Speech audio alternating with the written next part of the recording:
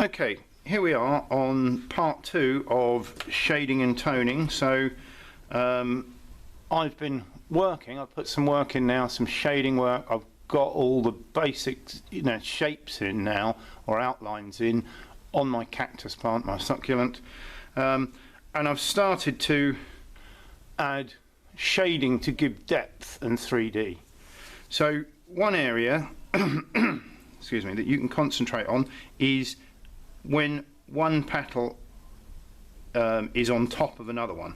So for that we want to add shading which would be caused by the shadow of the higher petal on the lower petal, and that shading needs to graduate out.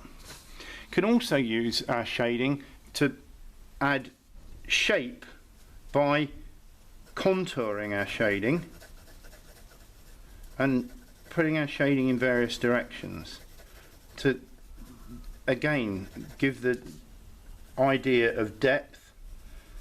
Here, if you look here, if you can see, we've got this petal over that petal, so we're going to add a bit of shading there. It's in the original picture, and you'll find as you add the shading, then other areas of the leaf the shading needs graduating through those.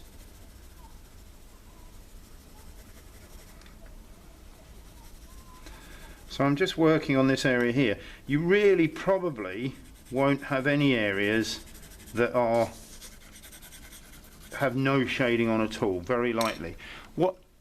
Another tip here is to take a rubber and to add this on our edge here. If you can see on the edge of the leaves where the light would be hitting them and strongest, they're going to be the whitest parts, or the lightest parts of your drawing. So what we can do there is take the rubber and just run that around the edge of the leaves to get that really nice white shadow, which is nice.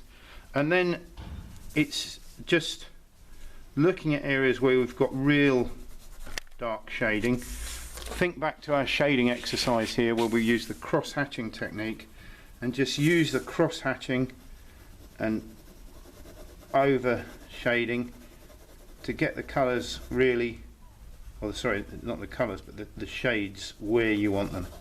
So then it's a case of just working over going around the picture, adding more depth, adding the 3D effect that you want.